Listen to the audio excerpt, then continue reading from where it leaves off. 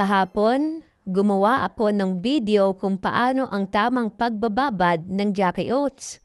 At ngayon, ipapakita ko naman kung ano ang itsura ng day 1 na binabad na Jackie Oats sa tubig.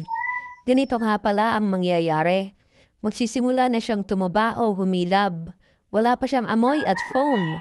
Kaya sinasabi ko sa inyo na kailangan yung ibabad ng 1 linggo para tumaas ang nutrient level.